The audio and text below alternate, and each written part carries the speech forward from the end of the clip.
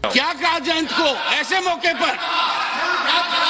ये दुख तो अरे साहब जाए तो जाए, ये मुद्दा था क्या?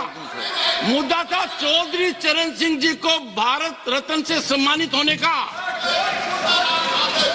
You are a person who can feast on the cremation ground, you can feast it. Yes, you said so. As a matter of fact, you do not deserve to be part of this house by this misconduct. You are hurting sentiments of millions and millions of farmers. You have gone to the extreme limit. I have from this seat. One second before that, खड़गे जी, सुनिए पहले। मैं किसान वर्ग से आता हूं, इसका मतलब नहीं, सुनिए, इसका मतलब नहीं कि मैं कमजोर चेयरमैन हूं। मैंने बहुत बर्दाश्त किया है। आप कुछ भी मेरे बारे में कह देते हैं। You say anything you like, you don't read this book, you don't follow precedents. Sir, you use any language against me. Sometimes you behave like a teacher as if I am a student.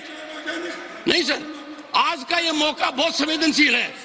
आज के मौके में नहीं, आपने मेरे दिल पर चोट की है। तो ये मल्लिकार्जुन खड़गे को सीधे संबोधित करते हुए जगदीप धनखड़ ने नाराजगी जाहिर की, लेकिन इस बीच केंद्रीय मंत्री पीयूष गोयल ने विपक्ष के हंगामे पर क्या कुछ कहा, आइए आपको सुनवाते हैं। मैं सबसे पहले तो माननीय सदस्य जयंत चौधरी जी ने जो बात आज रखी, हम सब के लिए, पूरे देश के 140 करोड़ भारतवासियों के लिए, हर किसान के लिए, और हमारे चेयरमैन तो किसान पुत्र माने जाते हैं, हम सब के लिए इतनी गर्व की बात है कि माननीय चौधरी चरण सिंह जी को प्रधानमंत्री नरेंद्र मोदी जी ने सही सम्मान दिया, भारत रत्न दिया। माननीय रूपाला जी ने बात ठीक रखी कि चाहे चौधरी चरण सिंह जी को भारत रत्न देने की बात हो, श्री नरसिम्हा राव जी को भारत रत्न देने की बात हो, डॉक्टर MS स्वामीनाथन को भारत रत्न देने की बात हो, ये तो पूरे देश को उल्लास और गर्व के साथ इसको सेलिब्रेट करना चाहिए। ऐसे में जो भाषा का प्रयोग माननीय नेता प्रतिपक्ष ने, माननीय लीडर ऑफ द ऑपोजिशन ने किया, एक बड़े ऊंचे तरीके से, ये सभी लोग नहीं होते हैं, ये बड़े उच्च स्तर के लोग हैं। इन्होंने अपना जीवन देश की सेवा में, भारत माता की सेवा में दिया। माननीय चौधरी चरण सिंह जी ने जो किसानों की आवाज गली गली, घर घर, गांव गांव तक उजागर की, नरसिम्हा राव जी ने इस देश में जो इकोनॉमिक लिबरलाइजेशन की प्रथा शुरू की, मैं समझता हूँ कांग्रेस ने तो आज सेलिब्रेट करना था कि उनके प्रधानमंत्री, उनकी पार्टी के प्रधानमंत्री को प्रधानमंत्री नरेंद्र मोदी ने सम्मान दिया, पर दुर्भाग्य है कि उनके सरनेम में गांधी नहीं था।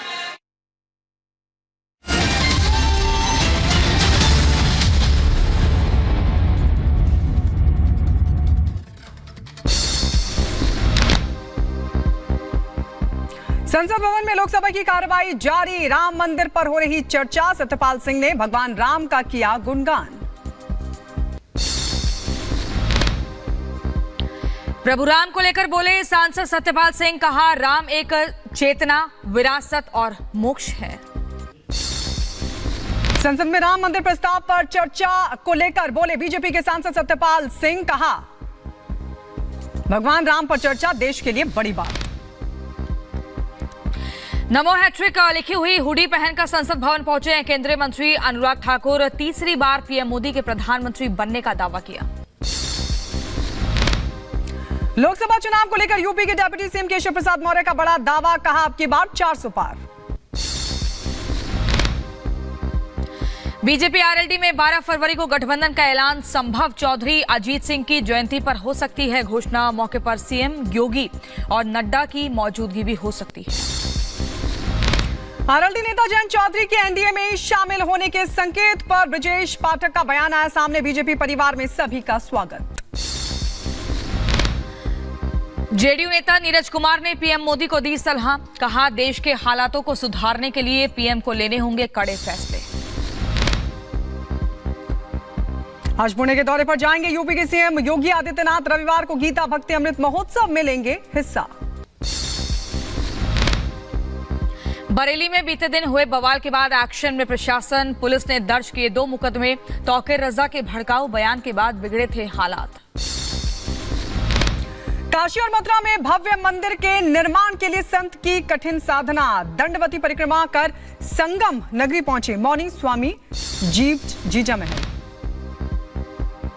हल्द्वानी में कर्फ्यू की वजह से नैनीताल में पर्यटन प्रभावित। रामनगर में पुलिस ने निकाला फ्लैग मार्च। हल्द्वानी हिंसा मामले में अब तक 5 उपद्रवी हुए गिरफ्तार। ताबड़तोड़ एक्शन में पुलिस प्रशासन। जम्मू कश्मीर के पहाड़ी जनजाति मंच ने केंद्रीय मंत्री अर्जुन मुंडा से मुलाकात की। कर्नाटक के बेलारी में ईडी का एक्शन। कांग्रेस विधायक के घर पर छापेमारी की कार्रवाई। जांच पड़ताल में जुटे अधिकारी।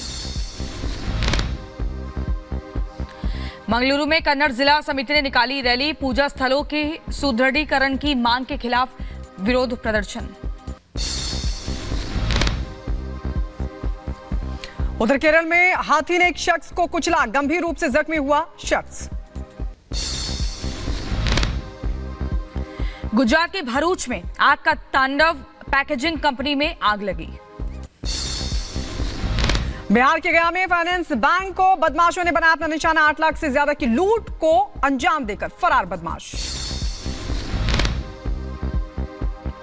रायबरेली के जंगल में मिला प्रेमी जोड़े का शव। सूचना के बाद घटनास्थल पर पहुंची पुलिस। जेएनयू में फिर माहौल बिगाड़ने की कोशिश हुई। वामपंथी गुटों ने एबीवीपी कार्यकर्ताओं पर बोला हमला। दोषियों के खिलाफ कार्रवाई की गई मांग। यूपी के सुल्तानपुर में कर्ज से बचने के लिए शख्स ने रचा एक हत्या की साजिश। दूसरे युवक की हत्या कर शव को जलाया। उत्तर प्रदेश के अंबेडकर नगर में पुलिस को मिली बड़ी सफलता। जानलेवा हमले के 6 आरोपियों को किया गया गिरफ्तार।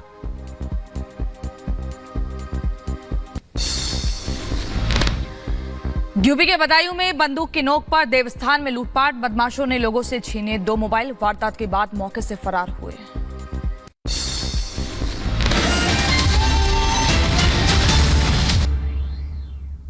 बहुत दुखी हूं। आपने मेरी ही नहीं देश की भावनाओं को व्यक्त किया। सभापति जी, आपने मुझे संरक्षण दिया।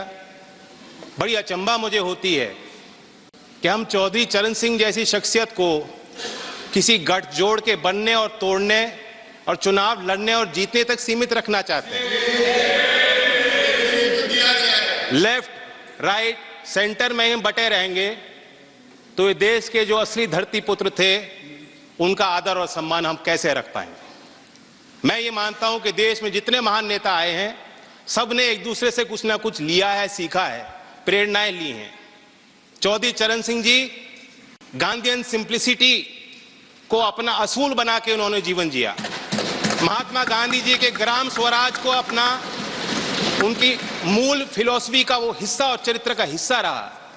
लाल बहादुर शास्त्री की ईमानदारी, नैतिक उनके चारित्रिक गुणों को उन्होंने अपने अंदर समाया। इस सदन के माननीय सदस्य पूर्व प्रधानमंत्री एच.डी. देवेगौड़ा जैसे इनकी राजनीतिक पहचान खेती और किसानी से जुड़ी हुई है, उसी प्रकार से चौधरी चरण सिंह जी की पहचान भी खेती और किसानी और कामगार से जुड़ी हुई है। राजनीतिक विशेषज्ञ मानते हैं कि जैसे इंदिरा गांधी जी में एक करिश्माई शक्ति थी लोगों को अपनी तरफ आकर्षित करने की, उसी प्रकार से चौधरी चरण सिंह जी को सुनने के लिए, उनको छूने के लिए, उनको बेहतर तौर से समझने के लिए दूर दूर से गांव-गांव से लोग चले आते थे। और मैं ये भी मानता हूं 10 साल मैं विपक्ष में रहा हूं, कुछ ही देर इस सदन में मैं इस तरफ बैठा हूं, लेकिन मैंने देखा है कि 10 साल में जो आज सरकार है इनकी कार्यशैली में भी चौधरी चरण सिंह के विचारों की झलक है। जब आदरणीय प्रधानमंत्री जी ग्रामीण क्षेत्र में शौच की दुर्व्यवस्थाओं पर प्रकाश डालते हैं, जब महिला सशक्तिकरण को अपना प्लेटफॉर्म भारत सरकार बनाती है और गांव-गांव में जागृति पैदा करती है तो मुझे उसमें चौधरी चरण सिंह जी की बोली याद आती है। सभापति जी, हम लोग नेताओं को